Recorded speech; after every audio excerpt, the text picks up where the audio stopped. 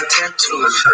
Hello, squad members, I can't act cool. I like my bitches short and thick and I ain't got act rude. She won't treat me like I'm the rest cause I ain't that dude. I see some things as a challenge in my thoughts, but I'll try to do right. I'm on the ass and I won't fucking let them. Get from the side, just don't be lazy, lift your fucking leg up. To all my niggas going through a struggle, keep your fucking head up. Anything you going through, I'ma wake you, it won't last forever.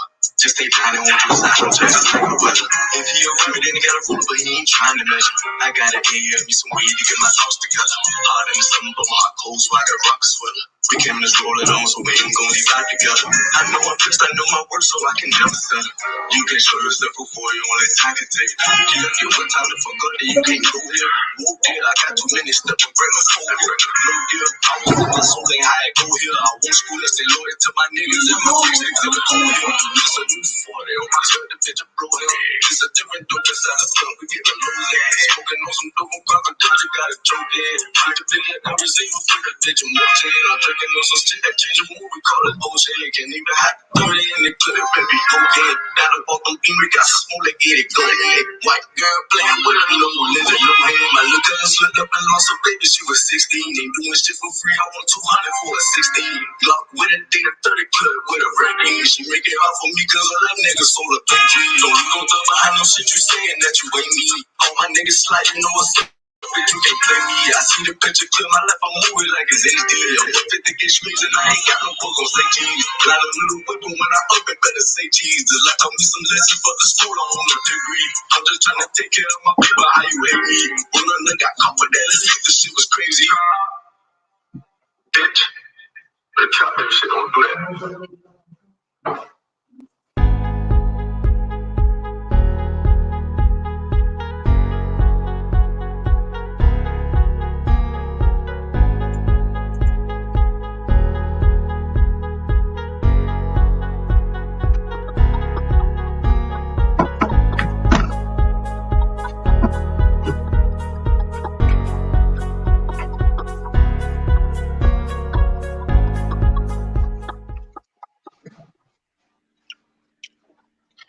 Hey, what's going on, everybody? I want to thank you guys for joining us for episode number 43 of the Get Hook podcast.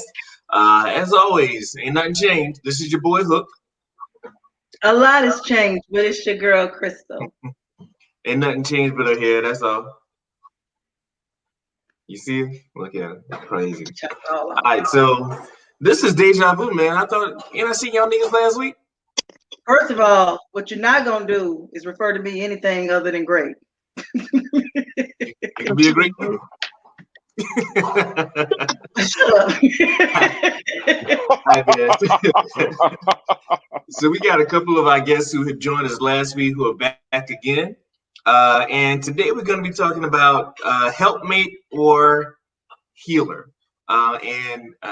We came up with this topic. Well, Shamika and I, we were on a Facebook post one day, and I don't know about Shamika, but I was really taken aback by some of the comments that a lot of the women were making when it came to talking about emotionally supporting their man and whether they refer him to therapy or how much of that task do they take on. So we really wanted to do a deep dive on that, and we really wanted to get some differing opinions and find out exactly how everyone feels about it. So Chris, what are your thoughts?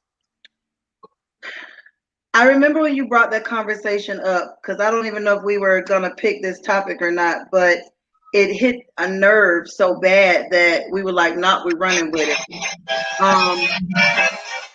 The idea that so many women in the chat, or how many people you had in there, were saying that they're tired of being his counselor, and that hit home because in many cases, Black men are actually, I can only speak for Black men, but because all I've dealt with, they're actually very quiet. They don't tell you what's going on with them. I'm good, I'm all right. They're holding it in. They'll die with some of that stuff, and you have to pull it out of them, like pulling teeth. So how are you tired of being his counselor when 9 times out of 10 he didn't pull it, he didn't drop it on you. You begged for it to come out of him. So at what point did the dynamics change? And you're like, hey, remember that safe place I gave you? It ain't here no more. And so are we tired of being your helpmate or your healer? Did we try to be Ayanla and fix your life and now we don't want to? it's a different thing. It just brought up a lot of different questions with that conversation, because I know it took a lot to get it out of him. But now that you got it out of him, why are you shoving it back in, or why are you tired of it? Why are you like, woo, child, that's a bit much? Absolutely. Yeah, and there are definitely layers to it. So, and we're going to talk about a lot of that tonight. For those who didn't join us last week, if you guys go ahead and let everybody know who you are. I am Shamika Tapscott. I am the Ugly Consultant. I am an educational wellness consultant. I am a best-selling Amazon author. Most of what I do is inspirational videos to help you push through spiritually. Check out my page. Yep, that's about it. I'm just Jonathan Adriel, not your average preacher's kid. I have a podcast that comes out on Wednesdays. Last Friday, we did a little dance number on IG Live. We were doing the same thing this Friday night. I teach you, it's an easy little combo, just have a little fun. And like Shamika, she lifts you up. I lift you up with my page too, with light and love and lots of stupidity and laughter. So at just Jonathan Adriel, come on in. Come on in. I'll be all in there. Right. And fun this Friday. Yeah, and I appreciate you guys for joining again. We really enjoyed the dialogue last week. We talked for like an hour after we went off air, so the vibe was simply there. And I appreciate you guys for joining us again this week. So without further ado, we're gonna go ahead and get this thing started, man. So I'm gonna start with a very basic question, and I want to hear from everybody. So topic is Helpmate or Healer, right? So what's the difference between the two? How do you define Helpmate? How do you define Healer? Have at it. Helpmate, I got your back. Go ahead, Helpmate. I agree with that. Helpmate, I got your back. For me, because I'm in this realm of my life where I have to be completely vulnerable. Hello, world. I've never honestly been in a healthy relationship. In my view, I've always been the healer. So after whatever said dude I dated or whatever, next, after I get let go, they're an amazing partner to the next one. So I've always felt like I've healed and all right, go fly. So that's the only lens I have. Yeah. I call that, I have friends, I'm guilty, but I also have friends who are that. I call them hospitals. We're the hospitals. We are where people who are broken, people who are hurt and damaged, they come, and it's natural. So sometimes what you have to battle within yourself, if you can't fix you, you fix others. So as a hospital, people come in, they get all fixed up, and then they go and take that great healthy body and heal the world. The reality is, a helpmate is, I'm your partner. If me and Jonathan decide that me, Jonathan, or the four of us, we all gonna go into a business, I help y'all. We all come in as equal partners. Whether you fix it, you build it, I pay for it, you co-sign for it. We all have a role and we operate in it. That doesn't mean sometimes I don't hold a paintbrush. That don't mean sometimes I don't build a wall up. That don't mean sometimes you don't lend me a couple of dollars. That just means we help each other. Healer is different. That's a doctor. That's a I'm gonna fix you. That's come in and dump it all on me, and I'm gonna help you sort it all out. Problem with that healer is, if that's not your assignment, you are going to be overwhelmed with the role you took on, because you're going to take on way more than you can handle. Healer not to like think on for a second, but just to piggyback off that, I noticed that when I did my self-work, I stopped attracting as many potential broken. It is what it is. I stopped attracting broken. Yeah, and then it now, bam, bam. I'm like, like my spirit is. Position? You do it like wellness checks? I don't know. My spirit be like beep beep beep, and then like a week later, I like, thank you. Yeah. So I think, so by definition, a healer is a person who claims to be able to cure something. So a healer is supposed to be our Lord and Savior. That's who's supposed to be the healer, right? And then the spouse is supposed to be the helpmate, which is supposed to be your partner. They fill in the gaps. They help you go through everything. I think the reason why women take on healer is because we're naturally nurturing. So we do this thing where we kind of overcompensate. And on a deeper level, we take the place of where the Lord is supposed to be, and we think everything is supposed to come through us. And as a man, everything's supposed to go through God. And sometimes we get, the extra stuff. Sometimes we're the safe place and we get to filter out some things and help them through things. But in reality, a lot of times we structure our families in the wrong place, like that everything has to come through us. Like a man has to come through us when he's having trouble, if he's feeling anxiety, if he's feeling depressed. And that's not even necessarily true. However, when we were in the group, the thing that was off-putting was the fact that the women were not even open to the conversation. That if a man wanted, like, men always keep saying, like, I just want my spouse or my girlfriend or whoever's to be a safe space. I don't want them to reject it if it comes. I can't be vulnerable because she won't let me be vulnerable. And the responses, if I was a man, I'd be like, yeah, I'm not talking to none of these women. They're trash. Because the responses were like, yeah, what I'm gonna do with it. You need to go talk to somebody. It was the nastiest thing. Instead of saying like, hey, you know what? I'm hearing that you just want someone to talk to, like that. You want me to be your safe place. It was that when y'all talked about that, I told Hook as soon as he said it, I said, Hook, I call bullshit, because we ask for it. And sometimes it's the nurturer. Sometimes it's the, oh, come here, you're hurt. What's wrong? And then sometimes it's the, if I can fix you, you're going to choose me. If I can do this, you're going to do that. If I do this, you're going to fix that. So then it's like, tell me what's wrong, because don't nobody love you like I love you. Oh, you need a hug? I'm going to give you the hugs. Oh, you need money? I'm going to give you the money. Oh, you need this? I'm going to give you the this. But then when you get it and your feelings get hurt, we start throwing shit back at you. That's why you went through this, and that's why you went through that. So most people are shut down when you get them. So why take on a role that you're not ready to accept? Because I can't be a healer if I'm gonna also be the one that kills you with what I tried to help you with.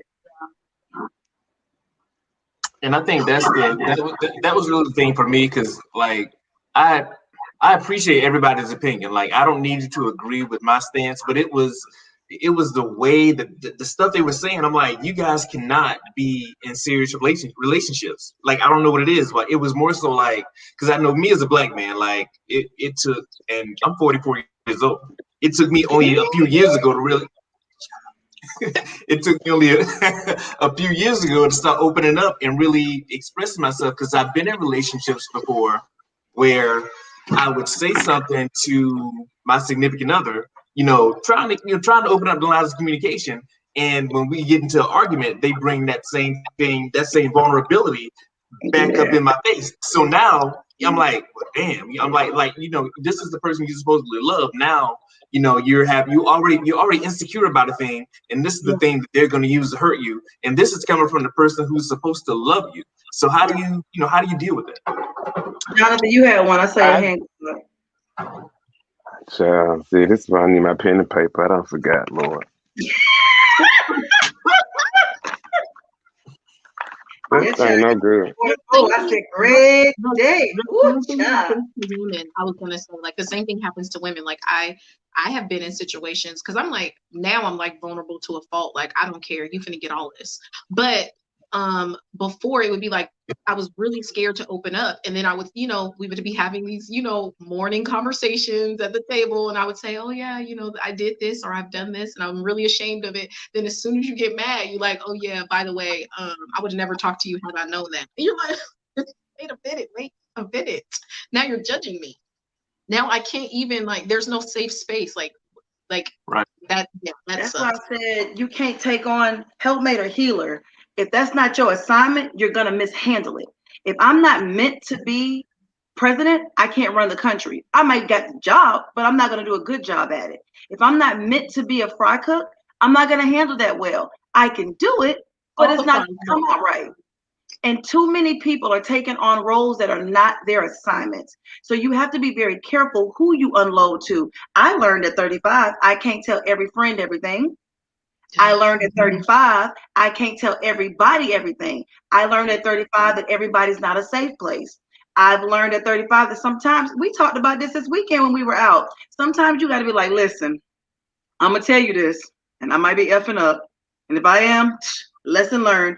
But you got to learn to have your discernment and recognize some stuff. But that chat y'all had, that triggered this conversation, that's a conversation from angry, toxic, bitter, and broken places. What I mean by that is, do I mean that they're all damaged women? No, but they done been hit and hurt. So the angry conversation is why I got to know, why I got to do, because either they done told somebody something that's been thrown back at them, or they, like Jonathan said, they've been to the hospital. Now I got all your illness, I got all your trash, but you out there happy-go-lucky with somebody else. That bothers people, because if you're an empath, you still feel that. I feel what you felt. And now you over there sleeping to the loo, and all that's in my spirit. But if I'm not meant to be a healer, why did I take on that assignment? We as women, and I'm not saying speaking of women because we're talking about that thing, but as the nurturer or the healer or whoever you're choosing to be in a relationship, you cannot assume the responsibility of taking on somebody else's problems, demons, struggles, and battles, and then not know how to unload that stuff from yourself. Because if you do not, you become a crazy, depressed, sad, distraught dumping grounds, and you got to handle that stuff different in your own soul. Like people ask me all the time why I go to the water all the time. But the water is literally my safe place. And I take a little whiteboard and little papers you roll up in, and I write down whatever the issue is because it's biodegradable. It does not hurt the environment. And whatever, because I am my father's child. My people, strangers will literally walk up to me and just start talking to me. And just tell this man at the gas station was telling me how he had his sister's Subaru because his BMW, he had a 6. It was in the shop, and he was it took my truck $52 to fill up. He talked about whatever. And I was like, God, why? And then I'm like, oh, he may have just needed a smile or something. But I had to go take all that back to the water. I'm like, I don't know this man. I don't know why his energy was over me. But boop, until I learned how to like really cleanse my spirit of stuff. In any relationship. So like when Crystal was talking, one thing that kept hitting my brain was like, I hate this term, but it really happens, is toxic masculinity. It's not necessarily that men enforce toxic masculinity on men, but women enforce it as well. Like we say we want someone to be open, but when a man is vulnerable, we don't know what to do with that because we don't see it very often. So when we see that a man is open and he's willing to cry in front of you, or he's willing to talk about certain things or share, like all of a sudden the alarms go off, like something must be wrong. Like, oh my God, that's not very masculine. That's not very manly. So I don't like this. This is not okay. And I felt like that's what most of the women were doing. They were like, what you need to talk to me for? It wasn't in the way like I can't do anything. It was in the way like that's like you're, as a man, you need to go talk to another man or a counselor, or you need to figure it out, but you don't need to bring it over here. That's why we got to be careful what we take in, because you have to have a way of seeing different things with people. So if I sit back and go, God, every time me and Jonathan sit down and watch movies together, or we sit down together, Jonathan's really aggressive. You know, oh, he's got to tell me this and he's got this attitude. And I go, what's wrong? And he's like, nothing. And finally I get in because he thinks it's a safe place. And I'm like, Jay, what's wrong? And he unloads all this stuff that happened in his childhood, and he had this go on and that go on. And I'm like, oh, okay, well, check it. I have to know as a person, as a human, as a compassionate person, as a healer, that Jonathan's battling a little boy inside of him that needs help right now. So I'm not dealing with that man that knows how to handle stuff. There's that boy inside of Jonathan that's been hurt, that's been beat, that's been broken, that's been abused, that's been neglected, that's been rejected, that's been whatever he's battling. And that kid in him might need a hug, or that kid in him might need something, but what they don't need is that conversation that y'all had in that chat, because that is hurtful. Absolutely. Go ahead, Joe. I love that church finger, by the way. I love it. I know, right? Well, as a former educator, God, please give me that teaching job I really wanted. I can't, don't talk over people. Just Mr. Watkins will call on you when it's your turn. But going back to, like, I never saw my parents sit down and be like, how was your day? What's bothering you? You okay? And like looking back, like my father had the weight of the church on his shoulders, the weight of trying to, whatever case he was working on for the FBI, whatever he had, and he never unloaded. Like the only place he had to unload was the church, but that was also his job and what was frustrating him the most. And I don't ever remember him just and my mama just sitting there listening and like letting him unload, because just like he never unloaded his childhood. Like, how do he never dealt with losing his mom at 13. Yeah. Right. A lot of people don't. I think a huge part of it is like a lot of like men are expected to love women. Men are expected to know how to love women and cater to women and all these other things. And, we expect, our parents or whoever to teach us how to treat women, but are women really taught how to treat men and how to really cater to a man? And I say that because growing up, and maybe Jonathan can attest to some of this as well, as a young Black boy, like we weren't allowed to cry. We weren't allowed to express our emotions. We weren't allowed to do any of those things. If we did any of those things, we were reprimanded, we were beaten, we were scolded. And now, as adults, when we attempt to show that level of sensitivity, now the women don't even know what to do with it. They haven't been taught how to handle it. So we haven't been taught how to express ourselves. They have not been taught how to deal with it. And when the moment we shed that first tear, first of all, if a man cries in front of you, that's you don't realize how deep that even is for him to show that type of emotion. And when your response is, what's the nigga crying in front of me for? Like, what the hell am I supposed to do? Like, how do you even deal with that? I don't know how you even lay up with that. But, Jonathan, I don't know which one of us had to shrink up first. I'm gonna paint a picture, and Krista gonna get it because Krista remembers Forest Lake Park. In 3rd grade, y'all, I've been tap dancing in the gymnast and dancing since 3-4 years old. 8th grade, 8 years old, we had a basketball game. I got the ball. Y'all, 3 years old. Socks pulled up, shorts pulled up, shirt tucked in. I'm ready to play. Costume is ready. I grabbed the ball, did a jeté, and shot it in the wrong goal, the furthest end of that Forest Lake gym. My mom dropped her head. I saw like the steam come off my daddy head, y'all. Pastor. My daddy took me into that kitchen and beat my ass. When I tell you I ain't never touched a basketball, and he said, you better not cry, walk into this car. I was like, and I thought I did amazing. I did a good little jeté. I made the basket. It was for the wrong team, but it was an amazing. I was like, yes, baby. They broke your spirit. And I'm pretty sure I would have been an amazing athlete. My brother always said I would be, but y'all, I ain't touched a basketball since I was like 20-something. That thing was like. That's a deep one. It's a little boy and a little girl, and I don't want to say little boy because for some reason for men that's really, really sad. But my best friend and I talk about this a lot. It's a little boy and a little girl in us. We might get on the phone. We go, "Ooh, the little girl in me need a hug today. I got to love on her." But it's in a relationship, so I believe every relationship's a lesson. My last relationship was a hell of a lesson for me. What I thought was normal was abnormal. And I've learned that there are traits I had moments. I was toxic. That was toxic. It was all of it. But in it, I realized that little boy and that little girl need a safe place. And if I don't do nothing else from my life going forward, I will forever create a safe place. If I cannot have a safe place or give you a safe place, when you cannot be in this space, period.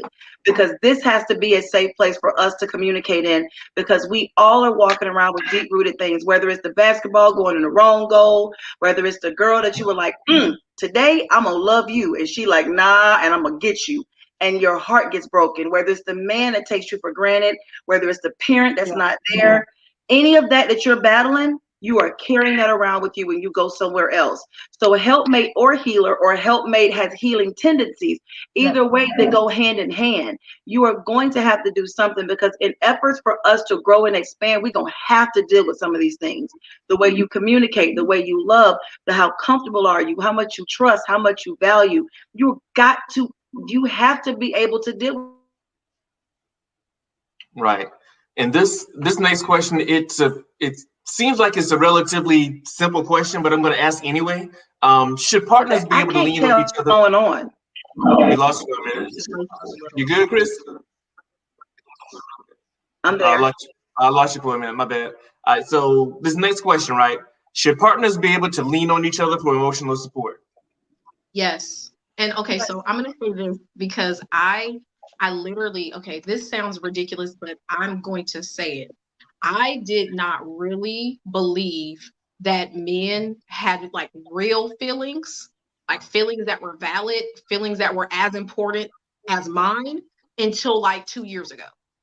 Like, kid you not, like in dealing with my ex, it was really like we had this one incident, and to me it was small. Well, we came from different communication households. He came from a household where you don't communicate tough things. You kind of just brush them under the rug. And I come from a family where they're very blunt. So like if you stink, they're gonna be like, oh girl, you stink, go to the shower.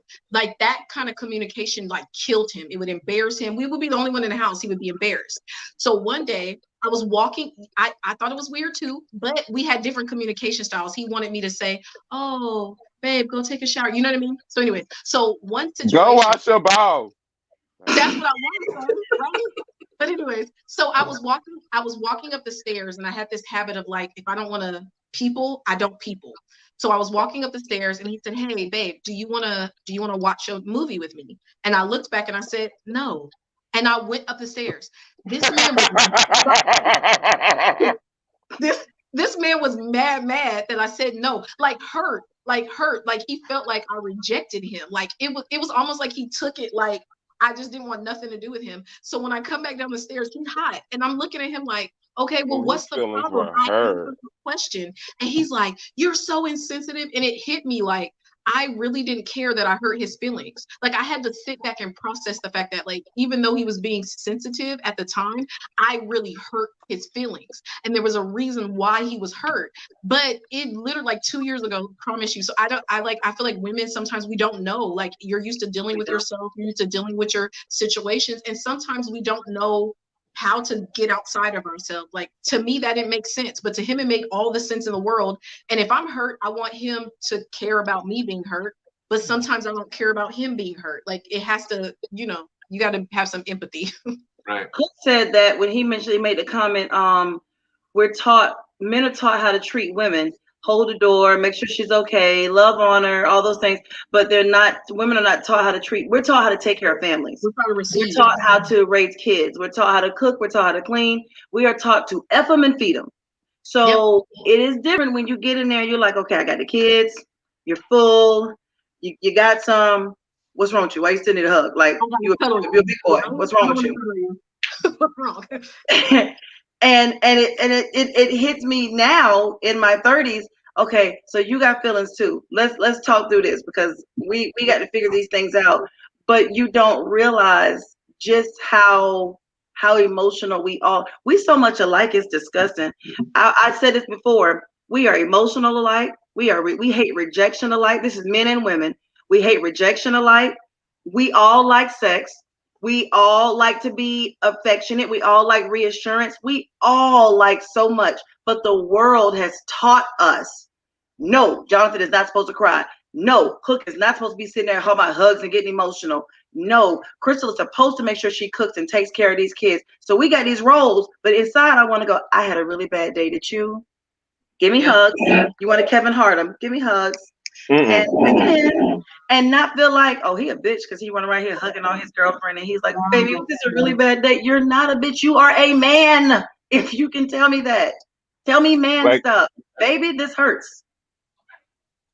My friends like joke around and say I'm one of the straightest gay men that they know because I was taught to be very accommodating to a female, like open the doors. And I'm like, that's just regular. Any man should do that for you. Right. Yeah. Right. And it blows my mind when females are like, you go first. Yep. But like it's that, it's that talk. It's a defense mechanism for females to operate in their masculine energy. Honest to God, we come in this world and we are girls. Ooh, love me. Your mama tells you don't depend on this, handle your own. You get with someone and you're like, I'm all girl. And you get to the door and it's like, damn, I'm supposed to grab it. You get around the side of the car and you wait and he like, you gonna get in? You be like, well, damn. You get in. Then then he runs, you deal with cheating or you deal with other situations. And after a while, you like, I tell you what, you won't do that again. You go through the door. You go do this. No, I'm gonna pay for this. And then what we do is we start to beat and beat and beat. And when we do that, we demasculate these men, and we are becoming these tough women. And then you get about 35. And you be like, listen, all that bullshit I'm done. Listen, I'll stand outside till that door open. I ain't touching nothing else. I'm gonna give you hugs. I'm gonna love you, but I am not going to be a man. I'm not going to act like that because it's not my assignment. I can't say that too many more times. You're going to get exhausted in a position you're not meant to be in. So be his helpmate. He be your helpmate. Both of you have healing tendencies, but create a spot that you both can talk about what bothers you, what hurts you. That don't mean if you piss me off because you ain't put the trash out, I can go, see, that's why your damn daddy didn't do this when you was little, because you didn't listen. That's not what we supposed to do. That is not ammunition in an argument. That is trifling. And what I will say, like, and let me preface this before I get started. Black women are not a monolith, right? So I'm not referring to Black women as a whole, but there are many Black women who are taught to not need a man. They're taught to not depend on a man. So, you know, so it's like while we're being raised to, hey, this is how you need to treat a woman, hold the door, X, Y, and Z, you're being told, you know, yeah, we expect you to have a husband, but we're gonna teach you how not to need one. So if you feel you don't need somebody, you don't know how to treat them, you don't know how to deal with them. So it's almost at the point where you know, men, it's like when we go through shit, we're expected to be able to shrug it off and just, you know, get over it. But you know, it's when one of the things my daughter does, and I didn't realize it till earlier this year, but she does it like every night when we're sitting down to dinner. She'll go to the table and ask everybody, so how was your day? You know, and it's like it was something small, but it means a lot because I'm like, she's asking me how my day went. So I get to engage that conversation. So I'm glad she's picking up that trait. But a lot of people don't have that. What's up, Chris?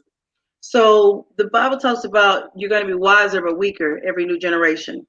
The reason this generation is that way, many of us have grand and great grandfathers who had outside chilling.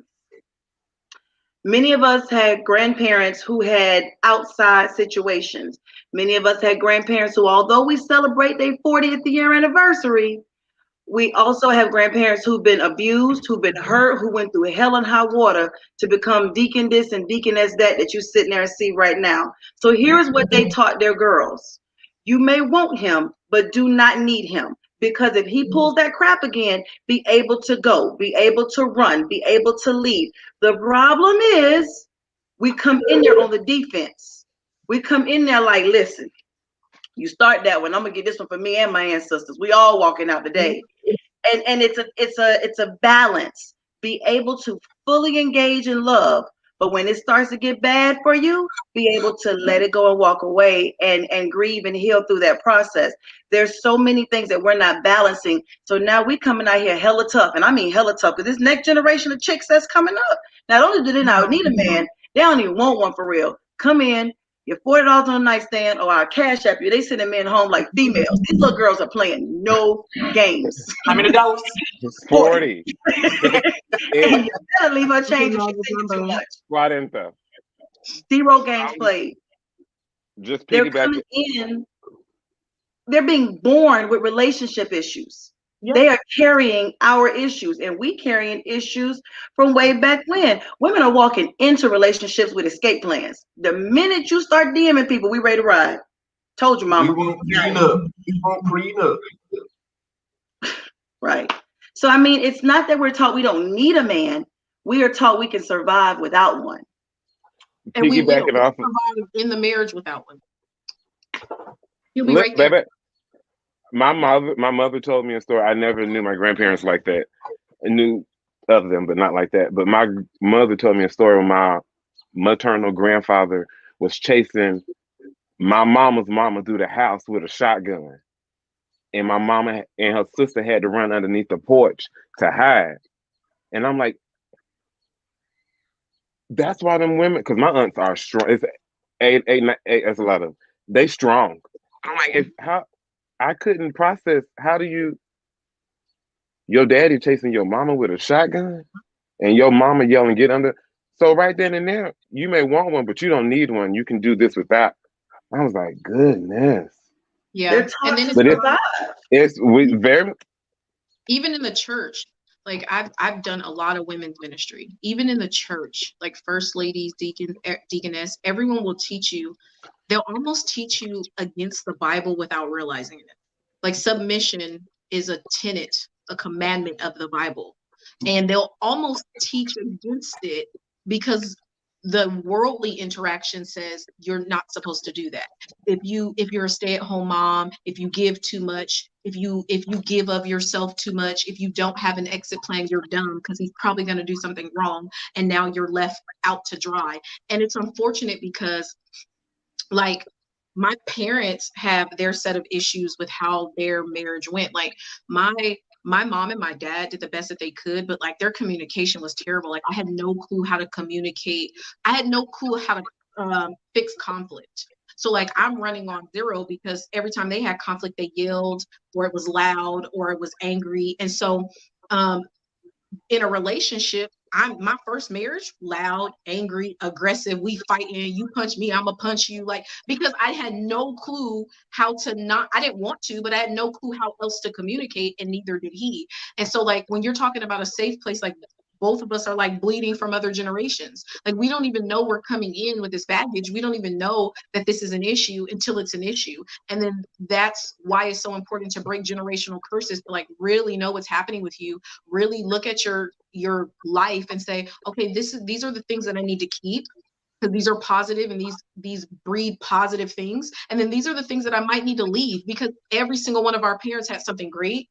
And then they had something bad. Like I know how to hustle out the mud. Like I'm never going to be broke. I'm never going to be hungry. Never. But that was also a survival tactic because they didn't know what to do with their money. So although I know how to get it, now I be in survival mode all the time. Now I don't know how to just sit and be chill and enjoy anything because I'm so like, what if the light bill gets cut off? What if like I have little emergencies all the time? Like we come with these things that we have no clue, and then we expect men to have it all together. Like we expect for them to come in and know how to treat us, know how to love us, know how to carry us, and we don't even know how to carry ourselves. Like both of us are both trying to figure it out, and we don't leave any grace. We don't leave any movement for them to get it wrong. We don't leave any movement. We don't leave any shaking space. But a lot of that comes from too. So I don't want to need you. Don't get me wrong. Do we need you? We want you. We want you. I don't need where back then they needed. I need you to be in this house because I can't work. I'm a woman. I can't work in this world and make what you make. I need you to provide for this house. I need you. So that need it was a dependency. We're dependent on Jonathan is my husband. I'm dependent on him to bring the money in this house because I can't work. They're not hiring Black women. They're not doing that. That's a dependency. So we heard need, but they were living in a dependency. We do need you. I can't have babies by myself. Not that I'm having any more, but I can't have them by myself. I need you. I can't hold myself. Been there, tried that. I need you, but I want you. I want you here. I want you with me. I want you present. I want you healthy. I want you happy. I want you consistent. I want you strong. I want you capable. So we have to understand that they had a sense of dependency. So when they're telling you don't be dependent on men, they use the word need. No, we need y'all. I don't know about you, but ain't nothing like a good warm. Never mind. You need them. You want them and you love them, but it's not a dependency. I'm not dependent on you. I can do this on my own, but I prefer to have you here. My pastor talks about that balance, about the protector and the provider, and the logical one needing the nurturing and the dreaming and the loving one, because together you are in the image of God. But that's together when you come together. You make it a house, I make it a home. You have a seed, but it grows up in here and I make it a baby. We are together. There is a need there, but it's not a dependency. Unpopular opinion. Dependency. What you say? Unpopular opinion. Men are expected to love women unconditionally. It doesn't matter what baggage they come with, what they can not have a job, be making minimum wage, whatever. But when women love men, it comes with conditions. You know, if we don't make enough, you know, if we don't, go ahead, Shamika. Let me touch it. Because, okay, That unpopular opinion is actually a fact for a specific reason. Men were created a certain way. You were created with a certain function. You are a provider. If you do not provide, then we listen. The Bible talks about relationships all the time. We're not commanded to love you. We're commanded to respect you because that's what's necessary for you. Respect equates love for men. If you're not respected, if you're not talked to properly, if you're not cared for properly, then you don't feel loved. However, women need a different set of nurturing. They need a different set of softness. That's why the Bible says you're supposed to handle your woman with care when you deal with her. So that is true because that's just nature. Like we cannot love you if you don't provide. And that's not trying to be rude to anyone who has trouble providing, but it is what it is. Like that is your role, that is your function. So if you're outside of your function, now I'm not safe. Now I'm uncovered. Now I feel terrified. And if your wife is terrified, she has a hard time respecting what's going on, but we're commanded to respect, not to love. Like we're supposed to respect you unconditionally, not necessarily love you unconditionally. That's the Bible. That's Jesus. Talk to him.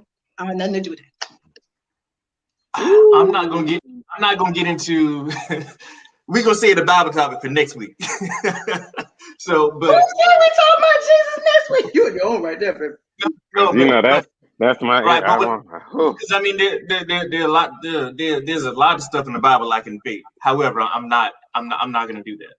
However, what I will say though is like, and I get, and Shamika, you're absolutely right. If we're going by the word, if we're going by the Bible, then absolutely, we all have these specific roles we have to follow. But providing can be a bunch of different things. You know what I'm saying? So it doesn't necessarily have to be monetary. When I say conditionally, I don't mean in that regard, because I mean the first thing that women think of when people, society, I won't just say women, when they think of providing, the first thing they think of is financially. They don't think about, security and providing a safe environment, taking care of the kids. They don't look at any of that. So that's what I meant by, there's certain conditions that men have to love women under. But when a woman comes in, it doesn't matter what she brings to the table. The man is expected to love her. Because you ain't about to take no fat, nasty Gila monster that's coming through the table that's broke with 600 kids, 3 dogs, 4 monkeys, and 6 gorillas. You got conditions too. You have a preference. You have what you like. It happens. And then we take stuff too. People take what they like. So you're going to get what you like. That's still getting, it's not a condition of love, because if I'm with a man right now and I'm head over heels in love with you, and yes, I respect you, but if life happens and you lose your job, that's not a condition to be like, well, turn that off. No, I'm still a ride or die. I still love you. Now I ain't dying, but I still ride with you. I love you. But on that same token, if I walk in there with nothing, that don't mean I'm gonna walk out of there the same way. So it's the conditional parts is we all got conditions. That unconditional, yeah, to a point. I'm gonna love you with all I got, but you're not gonna walk around here and slap me again. I can put some stank on it, and I'm like, that ain't a condition. No, that's a condition. Don't hit me. There are conditions that we all have because we all have standards, limits, and boundaries, and that's okay to have those. Quit thinking that unconditional means you can come in here and do whatever you want, and I'm gonna still be here. The answer is hell to the no. But on that same token, we all should have those. Men have them and women have them. Loving you unconditionally means I love you regardless of your flaws, not your fuck-ups, but your flaws. Mm-hmm. You might have had problems as a child. I might need to hug you a couple times during the week. I do agree with the respect side, but like LL said, they need love too. I'm gonna love on the little boy inside of them, because that little boy inside him, if he gets a hug today, that's gonna bring that man out of him that I need him to be when he gets out there and works in this world and takes care of this house. Because again, I'm operating my feminine. I'm not about to be your husband. So come here and bring it in. I'm gonna love on you because I need you to handle what you got to handle for this house. I didn't know that in my 20s. By default, it's like credit. After 7 years, turn the shit away. When in my 30s, I know better. I do better because I learn better, because I've failed in situations where I did not know that, and I've gone back and I sit down. Me and Crystal sit down one-on-one, and we have self-time, and we have to talk about what we did wrong and right. Like, what were our fails and successes? Like what's the thing called annual review? We do a relationship review. So what did you do? And what was this? But how'd that make you feel? And we got to deal with that. And one of my failures and successes is I cannot be the masculine. I do have to realize that I need love and this person needs love too. So I'm going to love on you because that's going to make you better and stronger. But I'm not your crutch. And I'm not I'm not your mama. Why y'all always bring the mama into it? Your mama, you made me bring that up because you be messing with me. It's like that's the first thing. I ain't your mama. Go ahead, Jonathan. Shut up. I didn't write it down. You got old man bringing over there. But and I think people, white women say we're not. No, let him say it before you forget again. the self-talk, like the mirror self-talk, again, I'm being completely vulnerable. Every day I want to be like, hey, you want to meet me at the water and go for a walk? But I know it will be a recipe for a disaster because I know I'm not in the proper place right now to be the best partner that I can be. And that will cause like rifts and shortcomings. I'm like, So that's like that mirror talk. You can't be no provider. So why are you even going? It's not time for you to be in the field right now. You need to get the bank account right. Get the bank account right. You want to adopt kids, you got to get the credit right. You can't all that. I was like, okay, thanks for seeing in the mirror. Appreciate you. He provides headaches and stress. What Ayana say? Not on my watch, beloved. Not on my watch. You said something about why? Because I don't bring up like I'm not your mama because I'm not gonna act like it. But I think women say that because like unfortunately, like we're talking about roles are mixed up. Unfortunately, some men do like to act like your father, where they have to raise you, and some men would like for you to, because their mom kind of coddled them a bit too much. They feel like their wife is supposed to directly replace their mother, and that your mom has a certain function that you don't have. Like that's a topic in itself. But like your mom, baby, I'm trying to hush. Now, two things. I ain't his mama, but I do like a good daddy. I ain't even lying. Oh my God. No. Oh yeah. Woo! Yeah. Go ahead, John. Wit. All right, so who can you go to if you can't go to your significant other? Jesus. It was one time, y'all. People need to stop being scared of help. Call it out. I'm so glad that therapy is being normalized, even though it should have been. But when my mama had left my daddy, and my daddy was working real hard to try to get her back, it was the cutest thing, y'all. Bless his spirit, rest your soul. But he was like talking to me, and I was literally like, am I my dad's therapist trying to get my mother back? What's your mama doing? Because there was one point nobody would talk to him. And I was like, who child? What you say? What your mama doing? How your mama doing?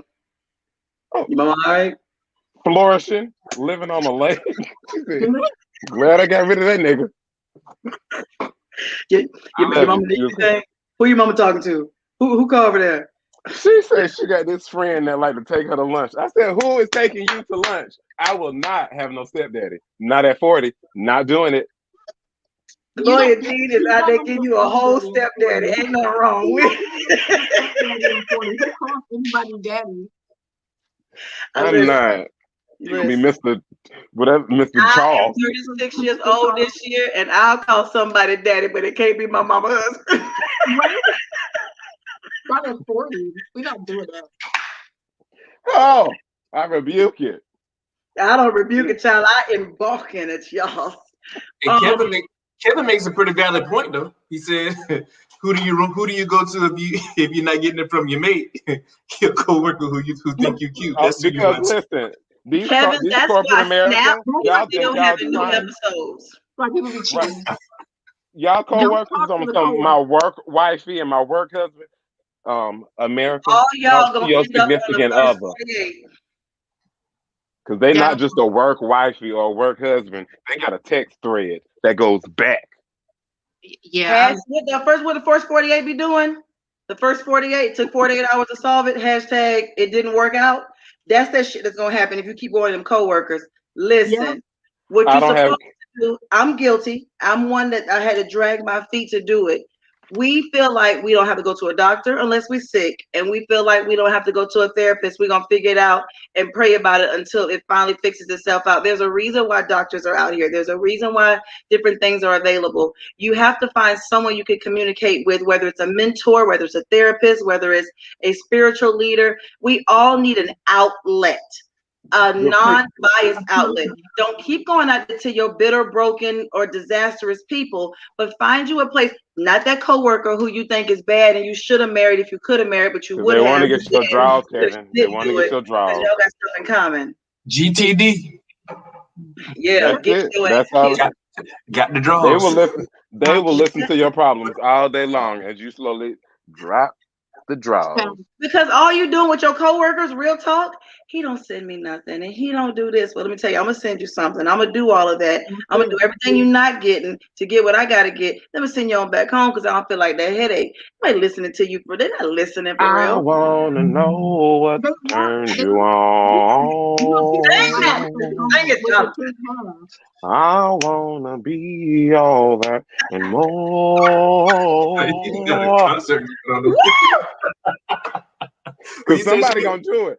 Somebody's gonna do it. Listen. People like what they can't have, like that. Everybody's like that, and so like that's the same thing. Like you have to have boundaries, especially like okay, so if you can't get it from your spouse, which is by the way an issue that lots of people have because your spouse is not your everything. They are not going to always be your best friend. So this lady. Well, I don't listen to Steve Harvey, but there was a couple on there that had been married for 70 years, a Black couple, and they said this, and I felt like it was the most true thing for marriage.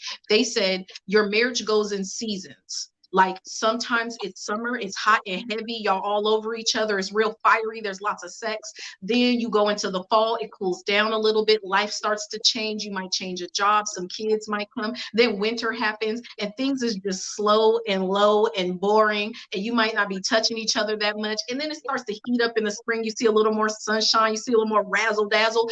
And that made me understand that like in order to withstand marriage you have to go with the seasons because everything your spouse can't be everything to you. They're not supposed to be. They're not like yes, we try to do the best that we can, but no one's perfect. We don't always know what the other person needs. So when you go to someone else and you say, oh, well, and it's not a safe place because you do have some friends that are safe places. You do have some spiritual counselors that are safe places. But if they're not a safe place and you're at work and Kevin thinks you're attractive and you're in his face talking about, Kevin.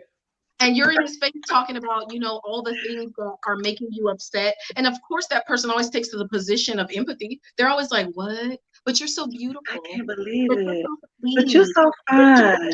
But they don't get Couldn't to see be me. in the morning when you in mom mode yelling at everybody. You know what I mean? They don't get the drama of it all. They don't get the nakedness of it all. And so that's how you end up cheating because that stuff feels good. It feels amazing when someone else tells you how good you are and how beautiful you are and how wonderful you are. And your spouse is not doing those things because you're in a season where those things are just not happening.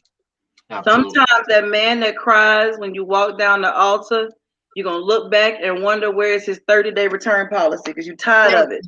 It happens. Sometimes that woman that is oh so beautiful when you marry her is going to look like who in the hell left the gate open. She going to wake up like a wildebeest. She going to have babies every which direction. Nah, wildebeest. Sexy.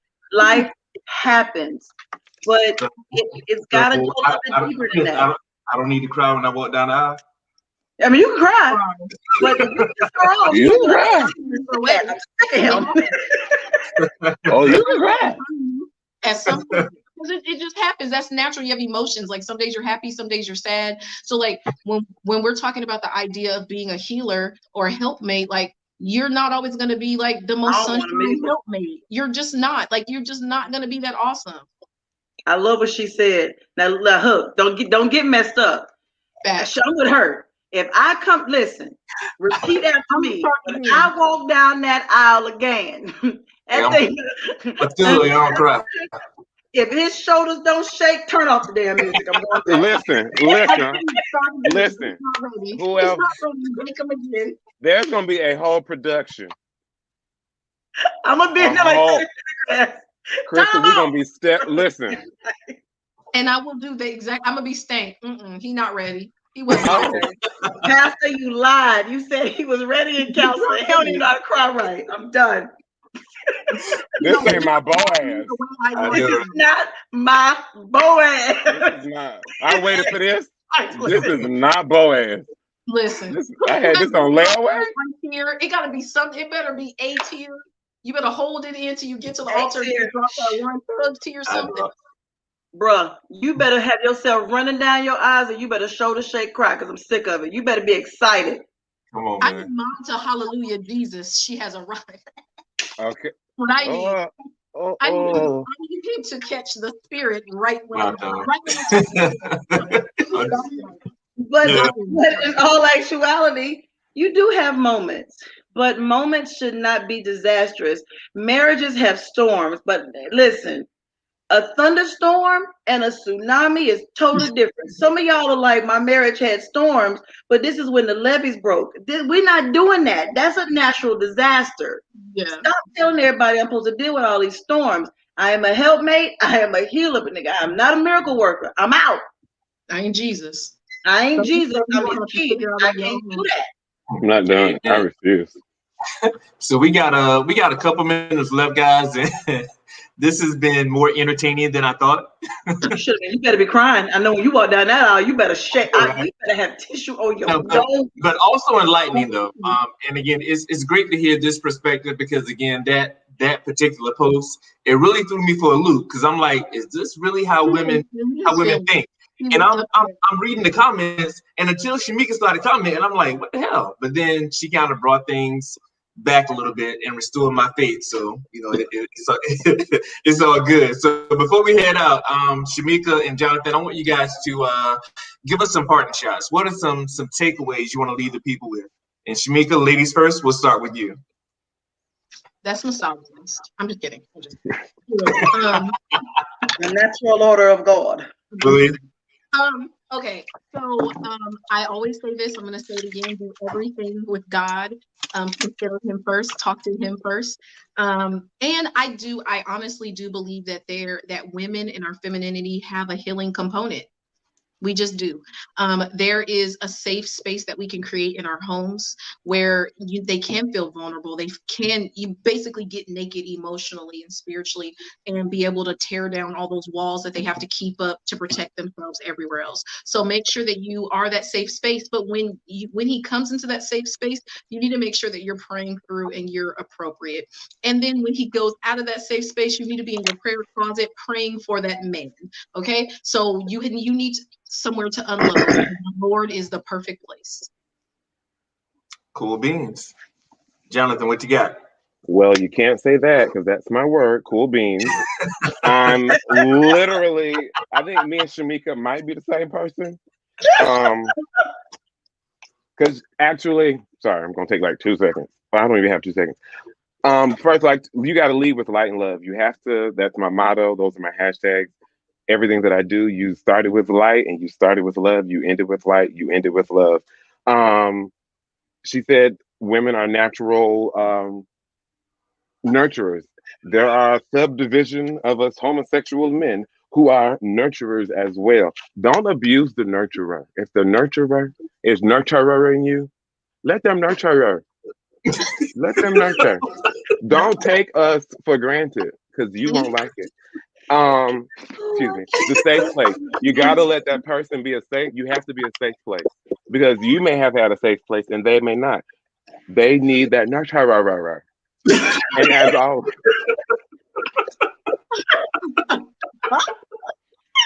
I have an acting degree. I can do this all day long. I can nurture this all night long. Wednesday's my podcast. Not your average preacher. Not your average preacher kid. And on Fridays, IG Live at 7 o'clock. We're gonna dance. We lost him. Hey, I don't know what happened. We lost him. Chris, what you got? Listen, I don't know what the rubber that Jonathan was talking about. Lord Jesus. Listen, everybody has been a child, and as a child, you were an innocent, you were a being, you were trying to find your place in life.